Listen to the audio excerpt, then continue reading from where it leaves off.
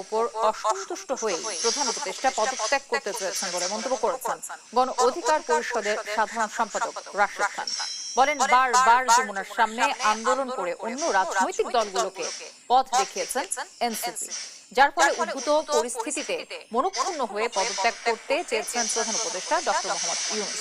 শুক্রবার বিকেলে পুরানা পল্টনে দলের এক বিক্ষোভ সমাবেশে এমন মন্তব্য করেন তিনি। এ সময় অনৈক্য নৈরাজ্য সৃষ্টির অভিযোগে উপদেষ্টা মাহফুজ আলম ও দুর্নীতির দায়ে আসিফ মাহমুদের পদত্যাগের দাবি জানান তিনি। একই সঙ্গে ঢাকা উত্তর সিটি কর্পোরেশনের প্রশাসক মোহাম্মদ এজাজকে অপসারণ ও গ্রেফতার না করা হলে যমুনা ঘেরাও করার হুঁশিয়ারি দেন। সেপ্টেম্বরের মধ্যে জাতীয় নির্বাচনের তফসিল এবং ডিসেম্বরের মধ্যে নির্বাচন দেওয়ার পাশাপাশি নতুন বাংলাদেশ গড়তে ঐক্যমত্য সরকার প্রতিষ্ঠারও দাবি জানান গণ অধিকার পরিষদের এ নেতা।